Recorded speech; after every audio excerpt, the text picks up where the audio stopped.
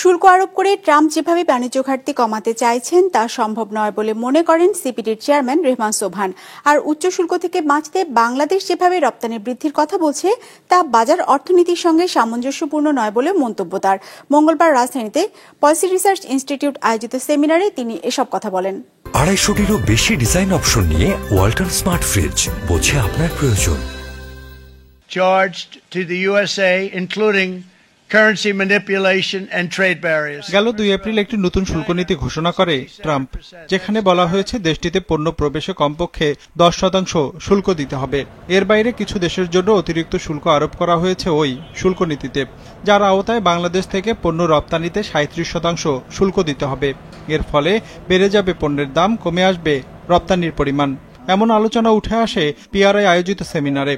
এইরকম পরিস্থিতিতে ইন্ডাস্ট্রি যদি একবার এফেক্ট করে এক্সপোর্ট, তাহলে দেখা যাবে যে এমপ্লয়মেন্টের উপর কিন্তু বিরাট প্রেশার আসবে। উদ্যোক্তাদের এমন সমস্যার সমাধানে যুক্তরাষ্ট্র থেকে বিনা শুল্কে তুলা আমদানি বাড়ানোর কথা ভাবছে সরকার। কমানো হবে শুল্ক হারও, হ্রাস করা হবে অশুল্ক বাধা, সহজীকরণ করা হবে আমদানির নীতিমালা। তবে সরকারের এমন উদ্যোগ অর্থনীতির জন্য সামঞ্জস্যপূর্ণ নয় বলে মত অর্থনীতিবিদদের। কেননা বিশ্বের অন্য দেশে মার্কিন পণ্য কেনার সামর্থ্য থাকলেও বাংলাদেশ এখনো পিছিয়ে। ঘাটতি আছে দক্ষ জনশক্তির, সংকট আছে জ্বালানিরও। এমন অবস্থায় দেশের কারখানা মালিকদের সক্ষমতা বাড়ানোর উপর গুরুত্ব দেওয়ার পরামর্শ উঠে আসে আলোচনায়। আউটওয়ার্ড ওরিয়েন্টেড ট্রেড পলিসি আমাদের থাকতে হবে। আর ডক্টর মুস্তাফি যে এখন বললেন আমাদেরকে যদি লুক ইস্ট যদি করি, আমাদেরকে ডাইভার্সিফাই করতে হবে। কিন্তু এক্সপোর্ট ডাইভার্সিফাই করতে হলে আমাদের এই যে শুল্ক নীতিটা আছে, দ্যাট শুল্ক নীতি is a barrier two export diversification. ট্রাম্পের চড়া শুল্ক নীতি থেকে রক্ষা পেতে নিজস্ব উদ্যোগে দ্বিপাক্ষিক আলোচনা জোরদারের পরামর্শ দিয়েছেন অর্থনীতিবিদরা। দেশটিতে কোন কোন পণ্য নিয়ে আলোচনা হবে তার সিদ্ধান্ত নিতে হবে এখনই।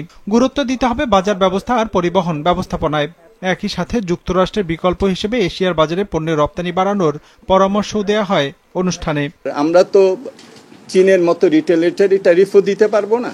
আমরা তো ইসরায়েলের মতো প্রথমেই যে 0 করে দিলাম, এখন আসো করি, বা ভিয়েতনামের মতো, সেইটাও আমাদের পক্ষে সম্ভব হবে না। সো অবভিয়াসলি বাইল্যাটারাল ডিসকাশন করতে হবে এবং নিজস্ব উদ্যোগেই আমাদের এগুলো করতে হবে। About 70% of the global capital surpluses measured through foreign exchange reserves and sovereign wealth funds are in Asia, and China is the biggest source of capital surpluses in the world today. শুল্ক নীতিকে অস্ত্র হিসেবে ব্যবহার করা হচ্ছে বলে মন্তব্য করেন অর্থনীতিবিদরা। বলেন এ ধরনের শুল্ক অন্যায় আর বিশ্ব বাণিজ্য সংস্থার নীতির অবহেলা। শেষ পর্যন্ত এই শুল্ক কাঠামো টিকে থাকবে না বলেও মত অর্থনীতিবিদদের। একটা সেক্টরে আপনি এমএফএন বেশি ব্যবহার। রঞ্জিবুল মিজান, বিজনেস রিপোর্ট, মাছরাঙা টেলিভিশন।